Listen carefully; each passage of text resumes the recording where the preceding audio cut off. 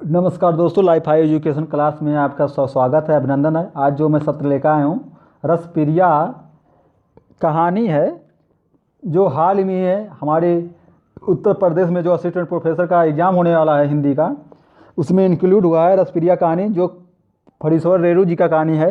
Homework, फरीश्वर रेरू के बारे में सभी प्रकार का जानना, क्या क्या लिखे हैं, ये आप सबके एग्ज़ाम के लिए वेरी वेरी इंपॉर्टेंट है। शुरुआत करते हैं कहानी का।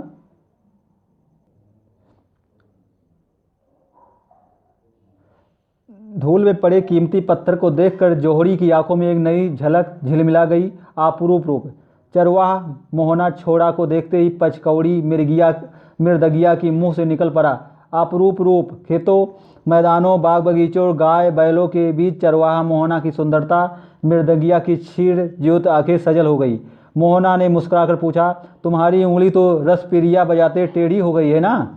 ये बूढ़े मृदगिया ने चौंकते हुए कहा। रसप्रिया, हाँ हाँ हाँ नहीं, तुमने कैसे?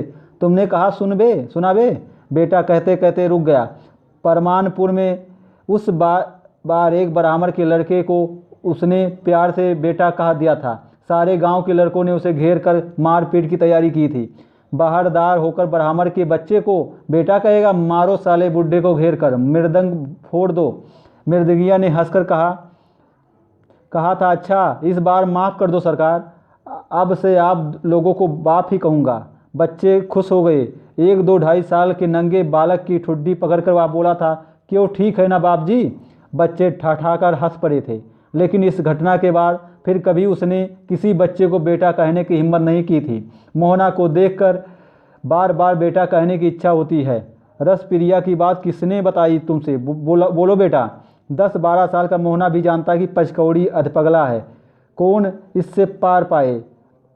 उसने दूर मैदान में चढ़ते हुए अपने बैलों की ओर देखा। मृदगिया कमलपुर के बाबू लोगों के यहाँ जा रहा था। कमलपुर के नंदू बाबू के घराने में भी मृदगिया को 4 मीठी बातें सुनने को मिल जाती है। 1-2 जून तो बधा हुआ ही है। कभी कभी रस चर्चा भी यहीं आकर सुनता है। और वह 2 साल के बाद वह इस इलाके में आया है। दुनिया बहुत जल्दी जल्दी बदल रही है। आज सुबह सोधा मिश्र के छोटे लड़के ने तो साफ साफ कहा दिया है कि तुम जी रहे हो या थेथरई कर रहे हो मृदगिया। हाँ, या जीना भी कोई जीना है, निर्जलता है और थेथरई की कोई सीमा होती है। 15 साल से वह गले में मृदंग लटका कर गांव गांव घूमता है, भीख मांगता है। दाहिने हाथ की टेढ़ी उंगली मृदंग पर बैठती ही नहीं है। मृदंग क्या बजाएगा? अब तो धाती भी बड़ी मुश्किल से बजता है। अतिरिक्त गांजा भांग सेवन से गले की आवाज़ विकृत हो गई है। किंतु मृदंग बजाते बजाते समय विद्यापति की पदावली गाने की वह चेष्टा अवश्य करेगा। फूती भाती जैसी आवाज़ निकलती है, वैसी आवाज़ योसो 15-20 साल की पहले तक विद्यापति नाम की थोड़ी पूछ हो जाती थी। शादी ब्याह, यज्ञ, उपनयन, मुंडन, छेदन आदि शुभ कार्यों में विद्यापतियों मंडली की बुलाहट होती थी। पचकौड़ी मृदगिया की मंडली ने सहरसा और पूर्णिया जिले में काफ़ी यश कमाया। ये देखिए, जिला का नाम भी यहाँ पर आया है, सहरसा और पूर्णिया, ये बिहार में जिला है। पचकौड़ी मृदगिया के कौन नहीं जानता है? सभी जानते हैं कि वह अधपगला है। गांव के बड़े बूढ़े कहते हैं, अरे पचकौड़िया मृदगिया का एक भी जवाना है। इस जवाने में मोहना जैसा लड़का भी है, सुंदर, सलोना और सुरीला। रसप्रिया गाने का आग्रह करता है। एक रसप्रिया गाओ ना मृदगिया। रसप्रिया सुनोगे? अच्छा सुनाऊंगा, पहले बताओ किसने? फिर हे ए मोहना बैल भागे। एक चरवा चिल्लाया, रे मोहना पीठ की चमड़ी उधेरेगा करमू। अरे बाप, मोहना भागा। कल ही करमू ने उसे बुरी तरह पीटा है। दोनों बैलों को हरे पाट के पौधों की महक खींच ले जाते, बार बार खटमिठाल पाट। पचकौड़ी ने पुकार कर कहा, मैं यही पेड़ की छाया में बैठता हूँ, तुम बैल हाँक कर लौटो। रसप्रिया, नहीं सुनोगे? मोहना जा रहा था, उसने उलट कर देखा भी नहीं। रसप्रिया। विदावत नाच वाले रसप्रिया गाते थे। सहरसा के जोगेदार झा ने एक बार विद्यापति के 12 पदों की एक पुस्तिका छपाई। मेले में खूब बिक्री हुई थी। रसप्रिया पोथी की विदावत नाच वालों ने गा कर जनप्रिया बना दिया था। रसप्रिया को खेत के आल पर जर्जामुन की छाया में पचकौड़ी मृदगिया बैठा हुआ है, मोहना की राह देख रहा है। जेठ की चढ़ती दोपहरी में काम करने वाले भी अब गीत नहीं गाते हैं। कुछ दिनों के बाद कोयल भी कूकना भूल जाएंगी क्या? ऐसी दोपहरी में चुपचाप कैसे काम किया जाता है? 5 साल पहले तक लोगों के दिल में हुलास बाकी था। पहली वर्षा में भीगी हुई धरती के हरे हरे पौधों में एक खास किस्म की गंध निकलती थी। तपती दोपहरी में मोम की तरह गल उठती थी। रस की डाली वो गाने लगते थे। बिरहा, चाचर, लगनी, खेतों में काम करने वाले गाने वाले गीत भी समय असमय का ख्याल करके गाए जाते हैं। रिमझिम वर्षा में 12 मास चिलचिलाती धूप में बिरहा, चाचर और लगनी। हाँ रे हल जोते हलवा भैया रे, खुरपी ले चल मजदूर भैया, ये पंथे धनी मोरा ये रुसाल। खेतों में काम करते हलवाओं और मजदूरों की कोई बिरही पूछा कातर स्वर में, उसकी रूठी हुई धनिया को इस राह से जाते देखा किसी ने? अब तो दोपहरी नीरस करती है, मानो किसी के पास एक शब्द भी नहीं रह गया। आसमान में चक्कर काटते हुए चील ने टिटहारी भरी। टी टी टी टी मृदगिया ने गाली दी। शैतान! उसको छोड़कर मोहना दूर भाग गया। वह आतुर होकर प्रतीक्षा कर रहा है। जी करता है दौड़कर उसके पास चला जाए। दूर जा चढ़ते हुए मवेशियों की झुंडों की ओर बार बार वह बेकार देखने की चेष्टा करता सब धुधा। उसने अपनी झोली टटोल कर देखा, आम है, मूढ़ी है। उसे भूख लगी है। मोहन के सूखे मुख की याद आई और भूख मिट गई। मोहना जैसे सुंदर सुशील लड़कों की खोज में ही उसकी ज़िंदगी के अधिकांश दिन बीते हैं। विदावत नाच में नाचने वाला नटुआ का अनुसंधान खेल नहीं है। साहब बड़ों के घर में नहीं है। छोटी जात के लोगों के यहाँ मोहना जैसी लड़के हमेशा पैदा नहीं होते हैं, वो ये अवतार लेते हैं समय समय पर ज़्यादा ही। मैथिली, ब्राह्मण, कायस्थों और राजपूतों के यहाँ विदावत वालों की बड़ी इज्जत होती है। अपनी बोली मिथिलालाम में नटुआ के मुँह में जन्म अवध हम रूप निहालर सुनकर वो निहाल हो जाते हैं। इसलिए हर मंडली का मूलगण नटुआ की खोज में गांव-गांव भटकता फिरता है। ऐसा लड़का जिसे सजा धजा कर नाच में उतारते ही दर्शकों में एक फुसफुसाहट फैल जाती है।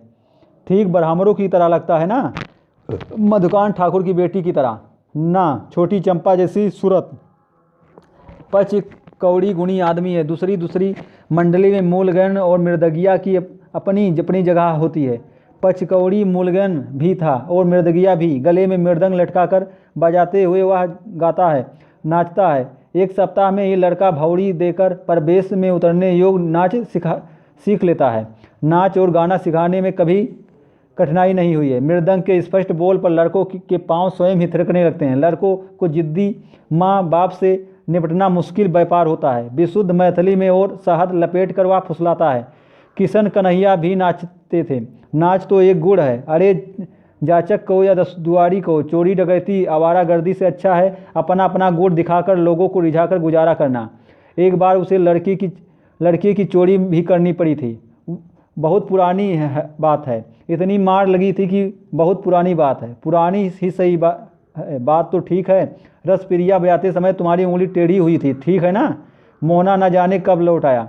मृदगिया के चेहरे पर चमक लौट आई। वह मोहना की ओर एक टकटकी लगाकर देखने लगा। वह गुणवान मन रहा है और धीरे धीरे तिल तिल कर वह खो रहा है। लाल लाल ओठों पर बीड़ी की कालिख लग गई है। वो पेट में तिल्ली है जरूर। मृदगिया वैद भी है। एक झुंड बच्चों का बाप धीरे धीरे एक पारिवारिक डॉक्टर की योग्यता हासिल कर लेता है। उत्सव के बासिटट्टा और भोजनाओं की प्रतिक्रिया कभी कभी बहुत बुरी होती है। मृदगिया अपने साथ नमक, सुलेमानी, चानमार, पाचन और कुनेन की गोली हमेशा रखता है। लड़कों को सदा गर्म पानी के साथ हल्दी की बुकनी खिलाता है। पानी, पीपल, काली मिर्च, अदरक बगैर को घी में भूनकर शहद के साथ सुबह शाम चाटता है गर्म पानी में। पोटली में मूढ़ी और आम निकालते हुए मृदगिया बोला, हाँ गर्म पानी है, तेरी तिल्ली बढ़ गई है, गर्म पानी पियो।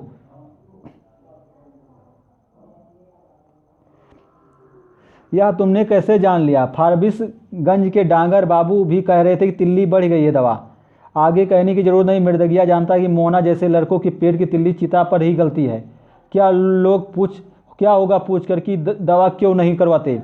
माँ भी कहती हैं कि हल्दी की बुकनी के साथ रोज़ गर्म पानी तिल्ली गल जाएगी। मृदगिया ने मुस्कुराकर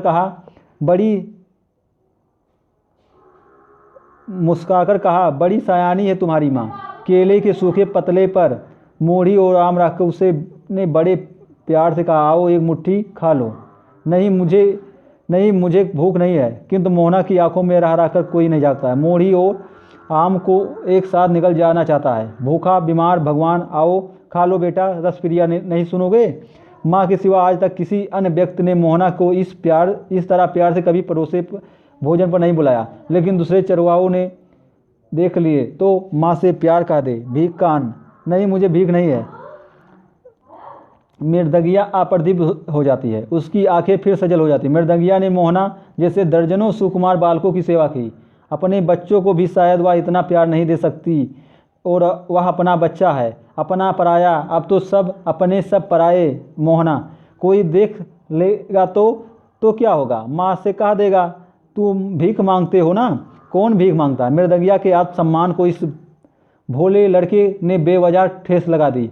उसके मन की झांपी में कुंडलीकार सोया हुआ सांप फल फैलाकर फुफकार उठा, ए साला, मारेगा वह तमाचा की, ये गाली क्यों देते हो? मोहना ने डरते डरते प्रतिवाद किया। वह उठ खड़ा हुआ, पगलों को क्या विश्वास। आसमान में उड़ती हुई चील ने फिर टीकारी भरी, टी ई टी टी गा। मोहना मृदंगिया की आवाज़ गंभीर हो गई। मोहना जरा दूर जाकर खड़ा हो गया। किसने कहा कि तुमसे कि मैं भीख मांगता हूँ? मृदंग बजाकर पदावली गाकर लोगों को रिझाकर पेट पालता हूँ। तुम ठीक कहते हो। भीख का ही अन्न है या भीख ही का ही फल है? या मैं नहीं दूंगा, तुम बैठो, मैं रसप्रिया सुना दूं। मृदंगिया का चेहरा धीरे धीरे विकृत हो रहा है। आसमान में उड़ने वाली चील अब भी पेड़ की डाली पर आ बैठी और टी टी कर रही हैं। मोहना डर गया। एक डग, दो डग दे दौड़। वह भागा। 1 बीघा दूर जाकर उसने चिल्लाकर कहा, डायन ने बाण मारकर तुम्हारी उंगली टेढ़ी कर दी है। झूठ क्यों कहते हो? रसप्रिया बजाते समय ये कौन है यह लड़का? कौन है मोहना? रमपतिया भी कहती थी, डायन ने बाण मार दिया है मोहना ने जाते जाते चिल्लाकर कहा, करेला। अच्छा तो मोहना यह भी जानता है कि मृदंगिया करेला कहने से चिढ़ता है। कौन है यह मोहना? मृदंगिया आतंकित हो गया। उसके मन में एक अज्ञात भय समा गया। वह थर थर काँपने लगा। उसने कमलपुर के बाबुओं के यहाँ जाने का उत्साह भी नहीं रहा। सुबह शोभा मिश्र के लड़के ने ठीक ही कहा था। उसकी आंखों में आंसू झरने लगे। जाते जाते मोहना डंक मार गया। उसके अधिकांश शिष्यों ने ऐसा ही व्यवहार किया है कि उसके साथ नाच सीखकर फुर से उड़ जाने का बहाना खोजने वाले एक लड़के की बातें उसे याद है। सोनमा ने तो गाली ही दे दी। गुरु गिरी कहता है चुट्टा। रमपतिया आकाश की ओर हाथ उठाकर बोली थी, हे दिनकर, सच्ची रहना। मृदंगिया ने फुसलाकर मेरा सर्वनाश किया है। मेरे मन भी कभी चोर नहीं था। हे सूरज भगवान, इस 10 दुआरी कुत्ते का अंग अंग फूट कर बहे। मृदंगिया ने अपनी टेढ़ी उंगली को हिलाते हुए एक लंबी सांस ली और रमपतिया, जोधन गुरुजी की बेटिया रमपतिया, जिस दिन वह पहले पाल जोधन की मंडली में शामिल हुआ था, रमपतिया बढ़ावे में पांव रखी थी। बाल विधवा रमपतिया पदों का अर्थ समझने लगी थी। काम करते करते वह गुनगुनाती, नव अनुरागनी राधा, किछु नाय माने बाधा। मृदंगिया मूलगैनी सीखने गया था और गुरुजी ने उसे मृदंग थमा दिया था। 8 वर्ष तक तालीम पाने के बाद जब गुरु जी ने उसे स्वजात पचकौड़ी से रमपतिया के चुमौनों की बातें चलाई तो मृदंगिया सभी ताल मात्रा भूल गया। जोधन गुरुजी से उसने अपनी जात छिपा रखी थी। रमपतिया ने उसने झूठा प्रेम किया था। गुरुजी की मंडली छोड़कर वह रातों रात भाग गया और उसने गांव आकर अपनी मंडली बनाई। लड़कों को सिखाया, पढ़ाया, कमाने खाने लगा। लेकिन वह मूलगैन नहीं हो सका। कभी मृदंगिया ही रहा। सब दिन जोधन गुरुजी की मृत्यु के बाद वह एक बार गुलाब बाग मेले में रमपतिया से उसकी भेंट हुई थी। रमपतिया उसी से मिलने आई थी। पचकौड़ी ने साफ जवाब दे दिया था कि क्या झूठ फरेब जोड़ने आई है। कमलपुर के नंद बाबू के पास क्यों नहीं जाती? मुझे उल्लू बनाने आई है। नंद बाबू को घोड़ा 12 बजे रात को चीख उठी थी रमपतिया, पाँचू चुप रहो।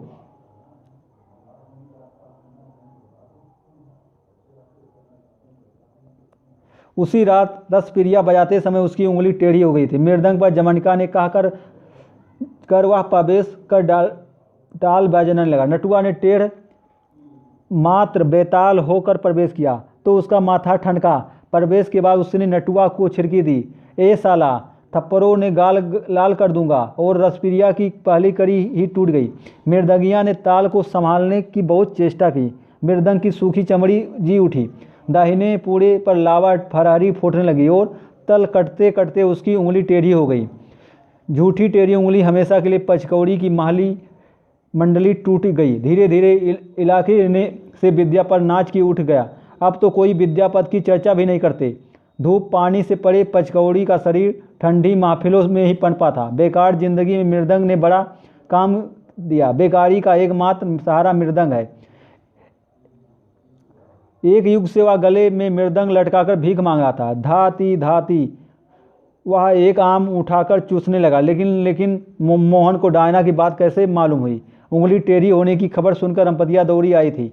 घंटों उंगली को पकड़कर रोती रही। हे दिनकर, किसने इतनी बड़ी दुश्मनी की? उसका बुरा हो, मेरी बात लौटा दो भगवान। गुस्से में कही हुई बातें नहीं। नहीं नहीं पांचू, मैंने कुछ भी नहीं किया। जरूर किसी डायन ने बाण मार दिया है। मृदंगिया ने आंखें पोंछते हुए सूरज की ओर देखा। इस मृदंग को कलेजे से सटाकर रंपतिया ने कितनी रातें काटी। मृदंग को उसने अपने छाती से लगा लिया। पेड़ की डाली बैठी हुई चील ने उड़ते हुए जोर से कहा, टी टी ए साला। उसने चील को गाली दी, तंबाकू चुनिया कर मुंह में डाल ली और मृदंग के पूरे उंगलियां नचाने लगा। धीर नाग धीर नाग धीर नाग धिनता। पूरी जमानिका वह नहीं बजा सका। वो बीच में ही ताल टूट गया। आ की ए हे आ हे हा। सामने झाड़बेरी के जंगल के उस पार किसी सुरीली आवाज़ में बड़े समारोह के साथ रसप्रिया की परावली उठाई। ना बिरंदाबन ना बिरंदाबन ना बिरंदा नौ नौ विकसित फूल। मृदंगिया के सारे शरीर में एक लहर दौड़ गई। उसकी उंगलियां स्वयं ही मृदंग के पूड़ी पर थिरकने लगी। गाय बैलों को झुंड दोपहर की उतरती छाया में आकर जमा होने लगे। खेतों में काम करने वालों ने कहा, पागल है, जहाँ जी चाहा बैठकर बजाने लगता है। बहुत दिन के बाद लौटा है। हम तो समझते थे कि कहीं मर खप गया होगा। रसप्रिया की सुरीली रागनी ताल पर आकर कट गई। मृदंगिया का पागलपन अचानक बढ़ गया।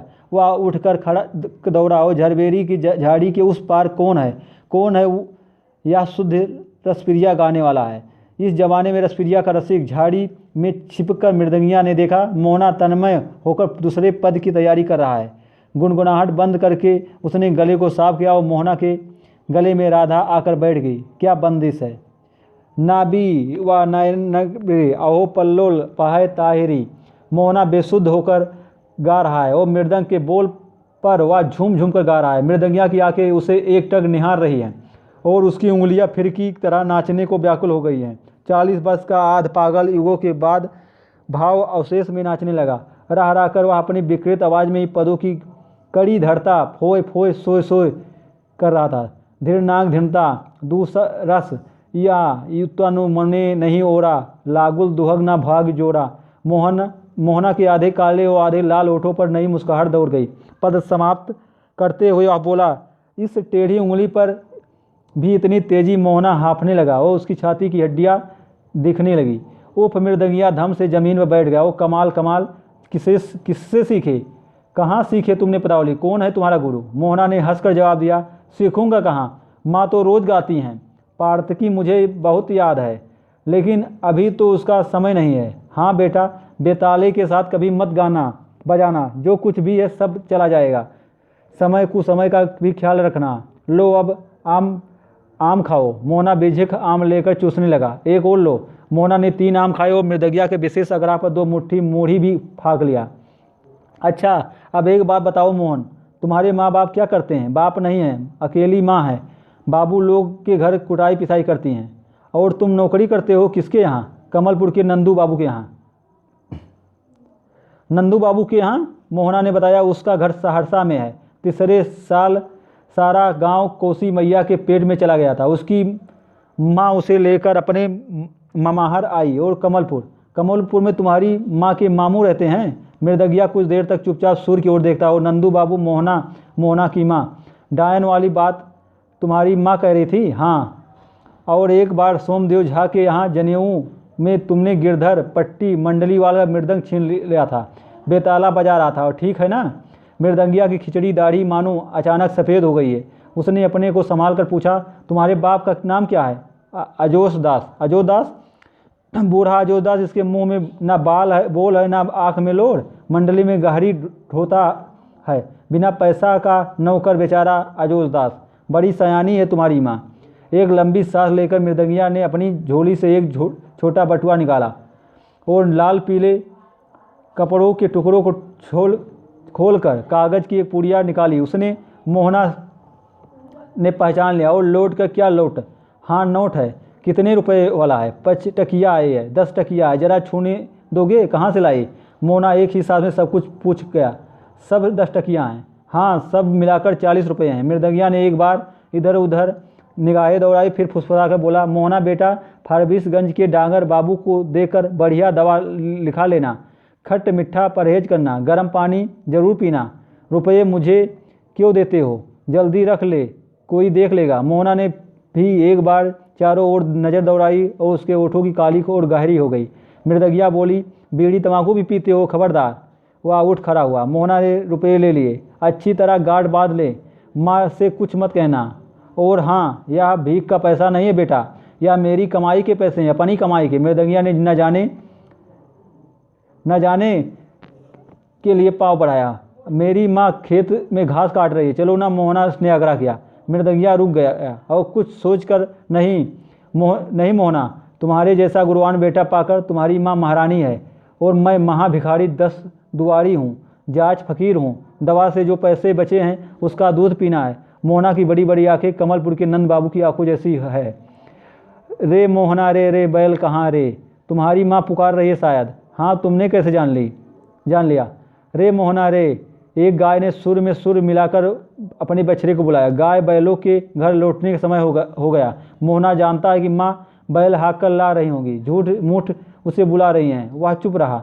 जाओ, मृदंगिया ने कहा, माँ बुला रही, जाओ। आपसे मैं पदावली नहीं, रसप्रिया नहीं, निर्गुण गाऊंगा। देखो, मेरी उंगली शायद सीधी हो रही है। शुद्ध रसप्रिया कौन गा सकता है आजकल?